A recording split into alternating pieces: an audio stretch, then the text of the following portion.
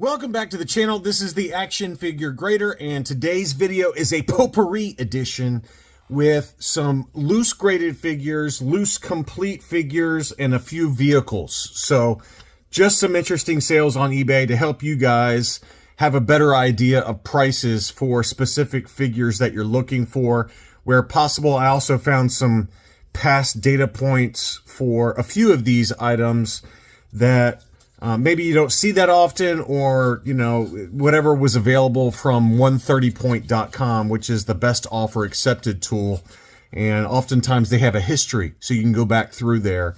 And so if you don't have like the Star Wars tracker app, that's a good resource, is 130point.com. In the upper left-hand corner, you can say search eBay sales, type in whatever, and it'll come up with a really good past history of sales.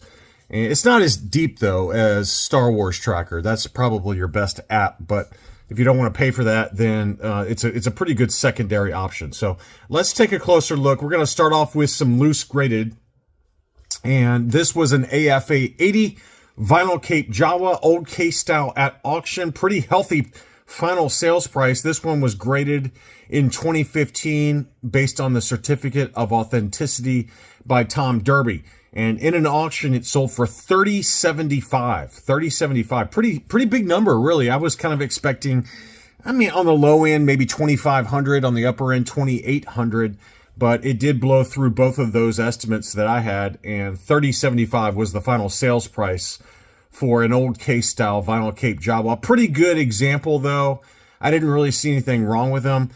Probably a really good candidate to send back in to get the new case style. And but, you know, at that price point, you're kind of at the upper limits, in my opinion, of what an AFA 80 vinyl cape Jawa is worth. But over the long run, a vinyl cape Jawa just continues to go up in value. It's kind of a blue chip item, but that was a beauty. Here was another one from the same seller. This one was an old case style burgundy cape Lily Letty squid head.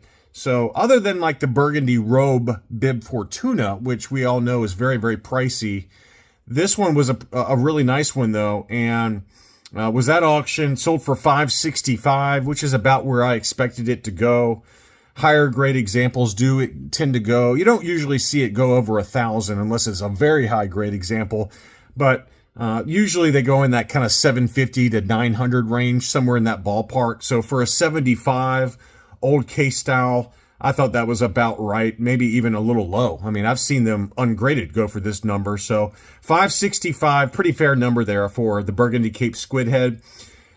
Treasures from the Attic over in the UK had a no COO Death Squad commander. That's a little bit tougher variant to track down. You don't see those that much. And this one was listed for 130 pounds, which is about 170 US dollars. But here it is. You can see there, no COO. These would only appear, really, I think, on, like, I would guess on Palatoy card backs, maybe on, I don't know if there's a French Meccano card back that this one would appear on, but it's just not a variation you see that often. This one's also missing the chest emblem, which was not mentioned, but you can see there it didn't have the chest emblem on the front of the figure there. So very cool variation. Next up, we had just a standard Stormtrooper. This one was graded CAS 85+. This was also a no COO, though. So, again, these would appear in, like, Trilogos or Palatoy card backs. Very high grade example, though. And CAS 85+ at auction for $250.50. And then we'll dig into some ungraded items. This was kind of a poor man's early bird mailer set. It included the box, the certificate, the catalog, the inner tray, which was in rough shape, and then just some loose figures. It did have the little foot pegs that were still in the baggie, but this one did sell in an auction, one bid for $990. But, you know, you're getting what you paid for here. This is not like a true early bird mailer kit, because the figures were not in the baggies anymore. They were also kind of yellowing for the Leia and the Luke and the sticker on the R2. But still, I think this is a nice, as about as budget friendly as you can get for the early bird kit. And I'm sure they have some display options, like acrylic display options for something like this. But pretty cool set, though. And that one again sold for $990. And then I had a bunch of different blue snags that sold, all within a fairly tight price range, so you guys can get a sense of that. Somebody asked me for some loose, ungraded blue snags prices, so I wanted to try and help folks out. And you can always do that. I'm not saying I'll always be able to find data for you, but you know, in the comments for videos, if people want to include things, I'll try to remember to do that and include that in the next video that I make. And you know, I try to stagger my videos so I have like a constant queue of videos that have already been made and uploaded. So just be patient. But you know, in the comments while you're leaving me a like, just include, hey, I'm looking for XYZ. Any help is appreciated in terms of what to pay for it and prices. So somebody mentioned they're looking for blue snags, and somebody mentioned that they would like to see more videos on loose, complete, figures. So that's what I'm going to try and do. So this blue snags was in pretty good shape. I'd say it's 75 plus, mainly because of the belt wear. It might get an 80 on the upper end. The boots were in pretty good shape overall. $350 for that one. This one had a little bit of yellowing to the torso. That's the big thing to remember. In addition to the belt, silver belt buckle, and the boots, those are the two obvious ones, but just really look at the torso, and you can see it's very slight here, but it is starting to green a little bit, which is what most blue snags do. I think this one's probably like a 70 grade condition based on the wear to the silver paint and the yellowing to the torso, or greening to the torso. But that one sold for $360. This one was in a little better shape, in my opinion, sold for $350. And then the third one I had, which is in this is probably the worst condition, mainly because of the boots. You can see the heavy wear to the boots, though. Which, I mean, to me, it's kind of nice that somebody is listing something like this, because you can get all the different price points. But in my opinion, this one was an overpay at $400, right?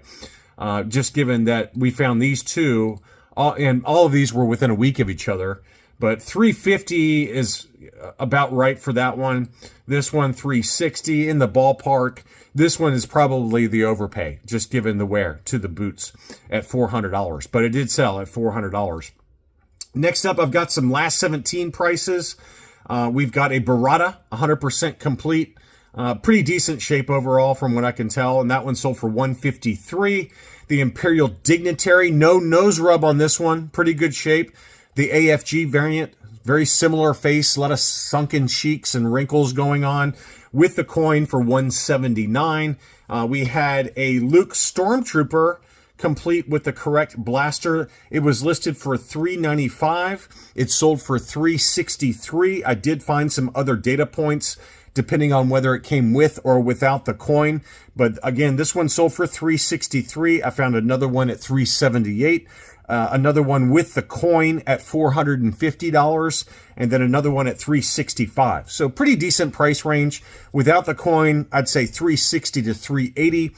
With the coin, $400 to $450 is probably about right, somewhere in there. So that was that. And then we had some more data points for the Luke Battle Poncho. This one was listed for $375, and it did include the coin and sold for $300 in a best offer accepted. I found two other data points at $350 and $275, depending on condition.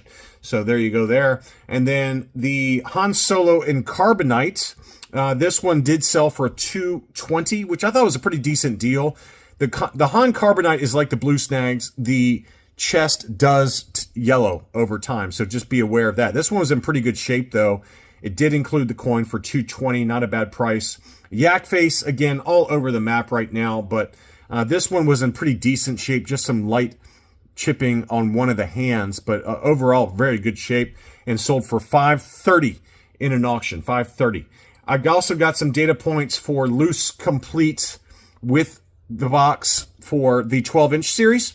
This was the C-3PO. I thought this was a big number, and this one looks like it's still factory sealed. It's labeled in the auction as complete, but it looks like it's still factory sealed to me. It's not like the perfect condition or anything, but the tape, at least on the top there, is still sealed. $495.50 for the R2. The Leia from the same seller also appears to be factory sealed. So again, I'm not positive on that because it's not labeled as such, but just looking, you can see right there on the top, the tape has been sliced. So this one is definitely loose complete. And the price reflects that at $250. IG-88, always a tough one to find. This box was in really good shape. And I'm assuming that that's a legit box. It's almost like too perfect for it to be the correct box. It might be like a repro box. I can't tell. It says no. It says it's legit. Oh, let's see here. Let's start this at a penny. Large scale figure, personal collection, museum kept. Oh, it did. Here we go. Box is custom. Okay, so it did look too perfect to me. So it's a repro box. So ignore the box, but at least the figure itself is complete. You can see there it's got all of the grenades. I would just be a little hesitant if they're selling a repro box. Who knows if those grenades are legit or not? That's my personal opinion. But anyway, that one was listed for $9.99, sold for $800. And some other data points for the 15-inch series: $950, $730, $1295, depending on condition. But that one did look super clean. Assuming everything's legit, I would just be a little bit cautious when they're selling it with a repro box. That always concerns me. It raises some red flags. Some other loose complete figures. We had a Jan Tosh. This one was complete with the coin for $185. Uncle Gundy. This one sold for $245. He's always kind of a pricey figure, but $245 is kind of a big number, just given that we've seen some AFA 85 sell for around this price point. So that one was in really clean condition, though. And that one sold for $245. Logray, I've got some more data points for him. I found this one sold, it was listed for $185. The best offer accepted was $150. I found another one that did sell at $165. So the Ewoks cartoon version of Logray is always a pricey figure. That was made in the Letty factory. And then we'll finish things off with a couple of vehicles. We got the Rebel Transport with the ESB box, used sticker sheet. The gas masks and backpacks were still sealed in the baggie, and it also did include the instruction sheet. That one sold for $356. The Slave 1 complete with used, the stickers were applied on this one. It did include the Han and Carbonite as well as the box and all the paperwork. $349 for that one. And then finally was a super clean, unused contents Imperial Shuttle. So not factory sealed, but that box was about as good as it gets. And that one sold for $1075. This one would be a good candidate to send to AFA for qualified grading because it was unused contents. So anyway, I hope you enjoyed this look at recent sales for vintage Star Wars action figures. That's all I've got for this episode. Thanks so much for watching, and I'll be back soon.